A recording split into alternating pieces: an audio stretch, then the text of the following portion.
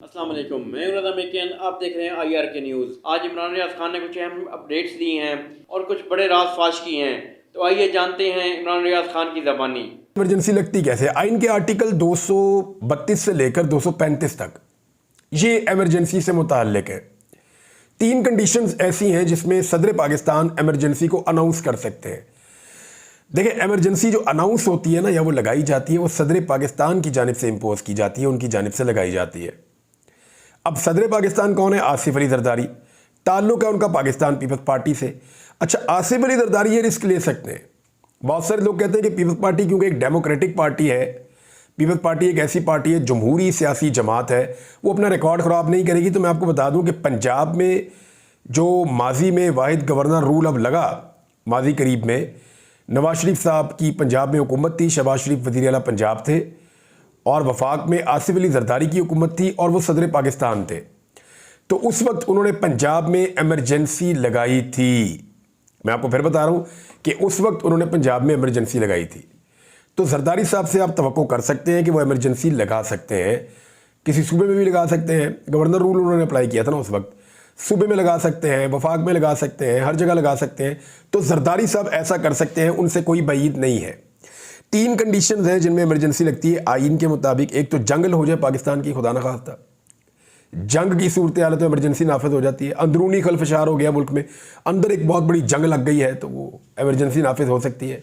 वो अगर 9 मई को नाफिज नहीं हुई तो अब तो बिल्कुल ही गुंजाइश नहीं है, अब तो हालात वैसे बिल्कुल नहीं है। या इससे पहले जब दहशतगर्दी बहुत ज़्यादा थी पाकिस्तान में, तब भी इमरजेंसी का नफाज नहीं हुआ, तो अब इमरजेंसी का नफाज क्यों होगा लॉ एंड ऑर्डर के मामले पर? ये एक बड़ा सवाल है। जब रोज़ाना खुद कुछ धमाके होते थे उस वक्त भी इमरजेंसी लॉ एंड ऑर्डर की सिचुएशन की वजह से या अंदरूनी खलफशार की वजह से नहीं लगाई गई, और जंग की वजह से इमरजेंसी लगाई जाती है, वो सिचुएशन भी नहीं है। माली अदम इस्तेहकाम के माशी तौर पे खुदा न खास्ता मुल्क बैंकरप्ट होने जा रहा है, बिल्कुल मईशत बैठ गई है, तो बिल्कुल ये बात ठीक है कि मईशत की हालत बहुत ख़राब है, और ये एक जवाब हो सकता है इमरजेंसी लगाने का।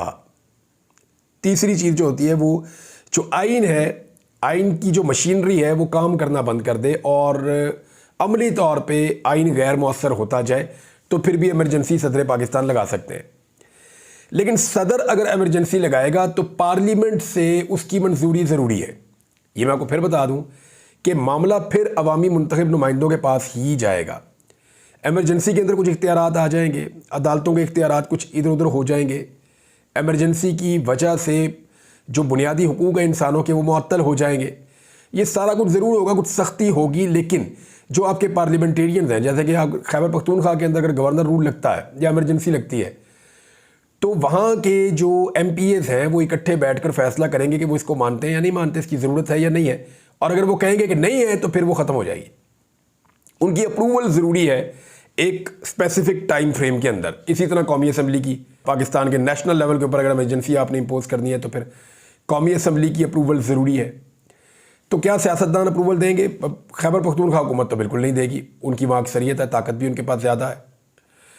अब आ जाए इस बात के ऊपर कि अदलिया का रोल। अदलिया के बहुत सारे इख्तियारात इधर उधर ज़रूर हो जाते हैं, लेकिन याद रखिएगा कि इमरजेंसी को टर्न डाउन करने के फाइनल इख्तियारात अदलिया के पास चले जाते हैं।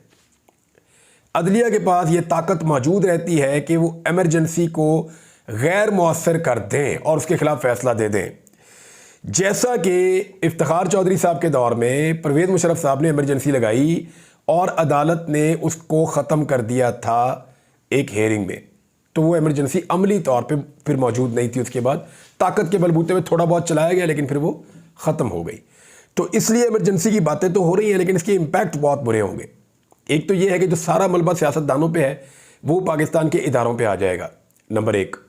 ख़ास तौर पे फ़ौज को उससे बहुत ज़्यादा प्रॉब्लम होगी, नंबर 1 तो ये है। नंबर 2, अदलिया का रोल जो है वो बहुत इफेक्टिव हो जाएगा, सब उस तरफ देखेंगे।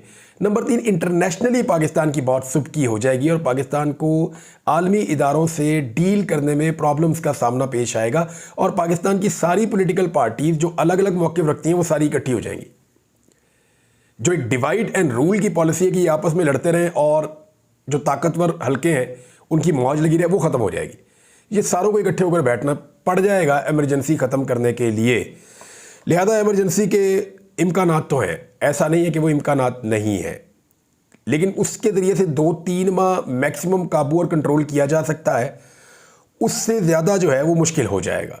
खैबर पख्तूनख्वा ने नाज़रीन एक नई तारीख रकम की है। उन्होंने वफाक से पहले अपना बजट पेश कर दिया है और सरकारी मुलाजमीन की जो तनख्वाहें हैं और जो पेंशन है उसके अंदर 10% तक का इजाफ़ा किया है। तालीम का बजट बड़ा अच्छा दिया, सेहत का बजट अच्छा दिया है। जो तफसीलात आएंगी वो आपके साथ हम शेयर कर देंगे। अली अमीन गंडापुर कह रहे हैं हमारा हक़ हमें दिया जाए, वो अपना हक़ भी मांग रहे हैं। बहरहाल खैबर पख्तूनख्वा हुकूमत ने पाकिस्तान की तारीख़ में पहली मरतबा अपना बजट वफाकी हुकूमत से पहले पेश कर दिया है। आफ्ताब आलम ने ये बजट पेश किया है। कुछ टैक्सेस भी लगाए गए हैं और कुछ अवाम को सहूलियात भी फराहम की गई हैं। नाज़रीन, अली अमीन गंडापुर ने बड़े ज़ोरदार तरीके से अपना मौक़िफ़ रखा। उन्होंने कहा कि 15 दिनों बाद बताऊंगा कि सूबा किसका है, बटन किसका है और बिजली किसकी है। यानी पंजाब से गंदम जाती है तो मरीम नवाज़ वगैरह ताने देते हैं, बदतमीज़ी करते हैं। टिकटॉक हुकूमत ने जीना हराम किया हुआ, कभी ट्रक रोक लेते हैं, कभी ये करते हैं, कभी वो करते हैं। यहाँ पे किसान से गंदम खुद ख़रीद नहीं रहे असली कीमत पे, जब कोई बाहर से आके ख़रीद रहा है दूसरे सूबे वाला तो उसको भी रोक रहे हैं, भाई वो भी पाकिस्तानी है। अब बिजली बनती है खैबर पख्तूनख्वा में, वो उसके ऊपर रख के अब बात कर रहे हैं। देखिए ये भी अफसोसनाक है। एक्चुअली हम सबको सोचना चाहिए पाकिस्तानी बनकर। गंदम पंजाब में लगती है तो बिजली खैबर पख्तूनख्वा में बनती है, गिलगित बल्तिस्तान में और कश्मीर में बनती है। इसी तरह से बहुत सारी चीज़ें आपकी सिंध में प्रोड्यूस होती हैं तो बहुत सारी पंजाब में और कुछ चीज़ें बलूचिस्तान से होती हैं। अगर कराची जो है वो बहुत बड़ा टैक्स का एक हब है तो पंजाब के शहरों में इंडस्ट्री भी कई जगहों पे लगी हुई है। या आप गवादर की बंदरगाह को मुस्तकबिल का एक बहुत बड़ी अपॉर्चुनिटी के तौर पे देखते हैं। तो इस तरह पूरा पाकिस्तान इकट्ठा रहेगा, एक सोच होगी तो पाकिस्तान आगे बढ़ेगा। सूबाइयत का मसला जब भी शुरू होता है वो प्रॉब्लम क्रिएट करता है।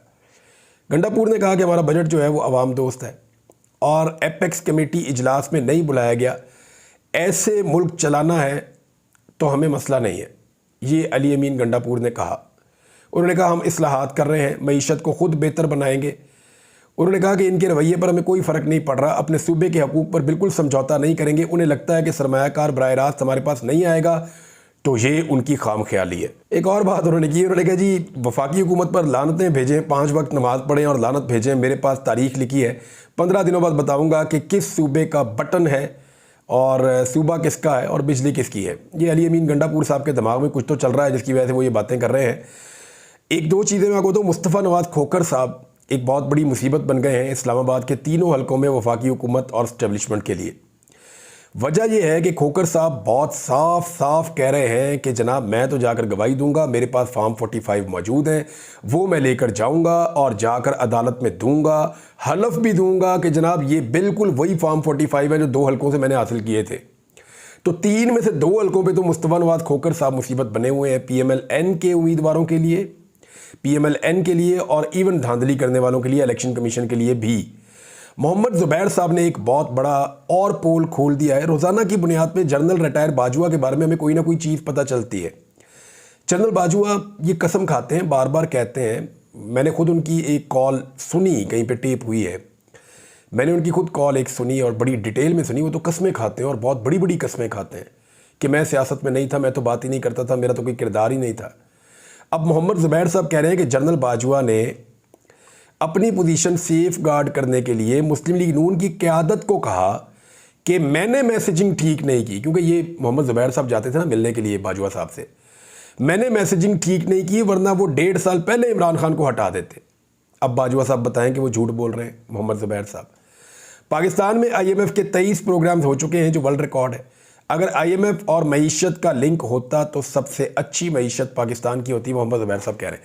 ज़ुबैर साहब ने जनाब एक और पोल खोल दिया, एक और बात सामने रख दी। जब हम ये बात करते थे तो पकड़ के बार बार अंदर डाल देते थे, मुकदमात होते थे। अब पूछें ज़ुबैर साहब से। तो नाज़रीन ये थी आज की अहम अपडेट्स। इसी के साथ अपने मेज़बान रज़ा मेकन को इजाज़त दें। अल्लाह हाफ़िज़।